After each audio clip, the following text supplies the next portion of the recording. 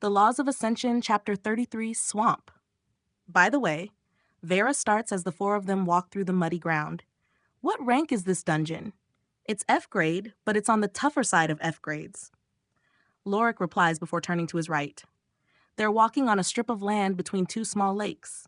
There's a group of 4 great gators swimming toward them from the lake on the right. 4 gators on our right, Lorik says while reaching out. 2 dark brown magic circles appear under the 2 middle gators. A giant phantom wolf head jumps out of it and bites down. Its fangs cut through the gators with ease. Rowan and Sarah finish the other 2 with earth spikes and homing dagger, respectively. It must be nice having ranged spells, Vera says as Lorik enters the lake to collect the crystals. Does your destruction law not have any ranged spells? Sarah asks. It might, but I can't learn them yet. The only spell I have is my destructive blade, Vera replies. What exactly is that spell? While we're speaking of it, it lets you cut a magic circle, which you normally shouldn't be able to, Rowan asks. You normally can't cut through magic circles? That explains his question at least. Vera replies as Lorik returns. But my destructive blade spell covers my sword blade in my law. As the name implies, the law of destruction is one that destroys, so it makes it easy for me to cut things. I tested it with a tree before joining the academy, and I barely had to put much force in to cut through it. She adds as they start walking again. At least your soul ability has some range to it, Sarah says. Yeah, but I have to stop and rest every time I use it. Vera replies with a sigh. They continue walking past lakes and taking out great gators for an hour. The terrain doesn't change once. If anything, the lakes only grow bigger. Eventually, they come to a massive lake about 100 feet wide that immediately draws their attention. By the time they get to the lake shore, they've slain over 50 great gators. They stopped to rest about 20 minutes ago, as Lorik, Rowan, and Sarah were running low on soul power. Looking into the lake, they see a small whirlpool in the center. What do you think that is? Rowan asks. Let's find out, Lorik says while picking up a rock. He throws it into the center of the whirlpool. As soon as it enters, the whirlpool stops. A dark figure appears in the water where it was. The figure rises to the surface before leaping out of the water. It lands about 20 feet away from them. It's a massive turtle with a dark blue shell. Its skin is bright green, and it has 2 tusks sticking out of its mouth. Its eyes are red, and it's glaring at Lorik. Congrats, you've pissed it off? Vera says while patting Lorik on the back. The mega turtle roars before stomping over to them. Each step it takes causes the water to splash. Rowan and Lorik reach out, and 2 magic circles appear under the turtle. Both are brown, but are different colors. One is Lorik's, and a phantom wolf head appears from it. It appears around the turtle's leg and bites down, but its fangs can't pierce the turtle's skin. The other magic circle is Rowan's, and it's his earth spikes. They shoot up directly in the center of the turtle's underbelly. The spikes connect with the turtle but shatter on impact, also unable to pierce it. It's tough even from underneath, Rowan says as they split up. Their spells didn't even slow it down. When it went to move the foot around Lorik's phantom wolf, the wolf's head lacked the strength to hold it. So before it charges into them, they run to their left and right. Rowan and Sarah went left, while Vera and Lorik went right.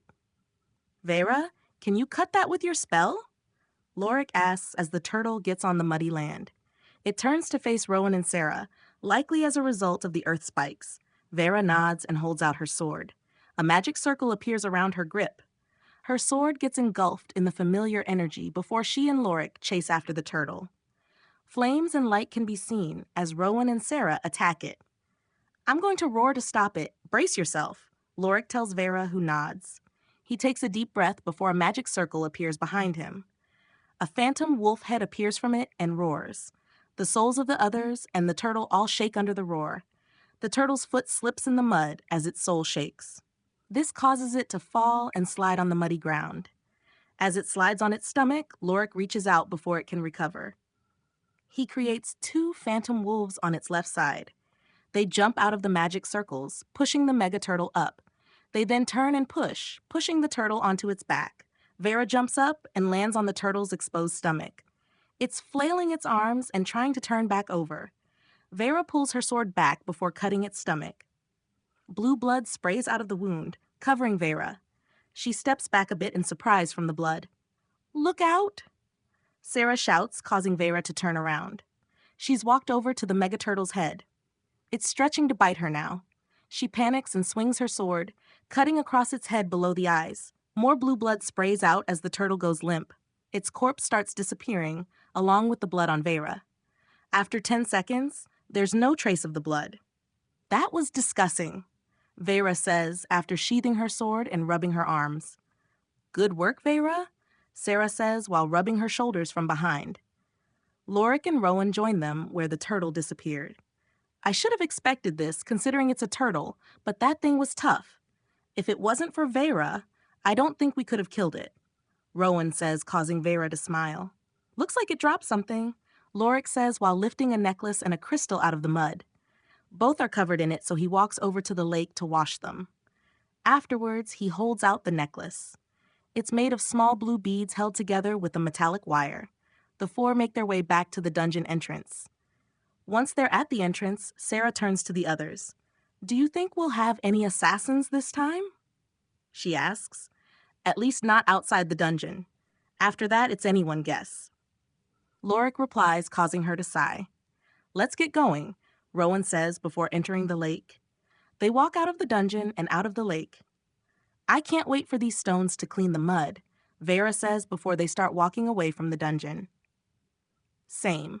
I hate the feeling of the mud sticking your clothes to you," Sarah adds. "I can't imagine how you covered yourself like this daily for 2 weeks, Lorik," Rowan says, causing him to laugh. "You're just not used to it. It's actually pretty comfortable once you're used to it."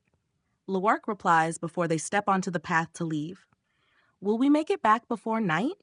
Rowan asks. "Hopefully we did wake up early for that, but it might be dark out." Sarah replies. "Speaking of, I'm going to leave you guys when we get back," Lorik says. "What? Where are you going?" Vera asks. "I'm going to return home for a minute. I just want to check on the place and see how my neighbor's doing. They helped me out a lot before, and they're getting up there in age, so I want to stop in at least once a month. I should be back early tomorrow morning." Lorik replies. "Do you mind if I join you? I'm curious how human houses are decorated."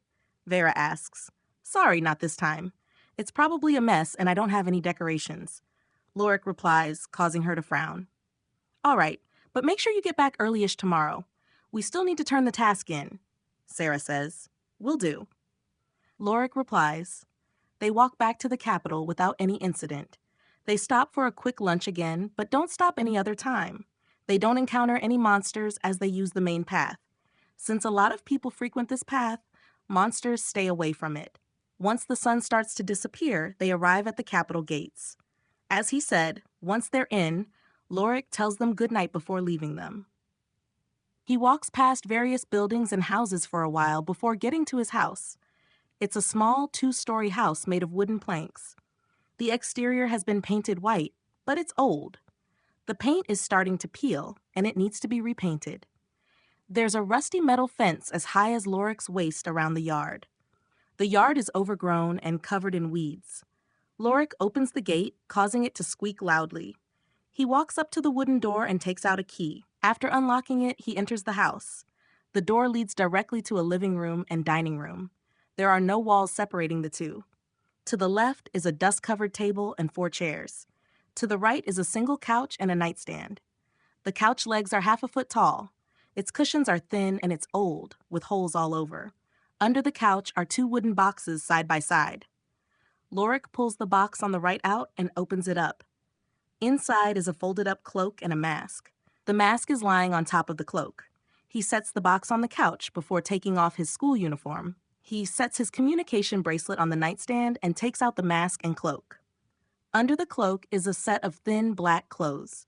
Lorik puts them on before putting on the cloak. He places the mask over his face and his hair changes color.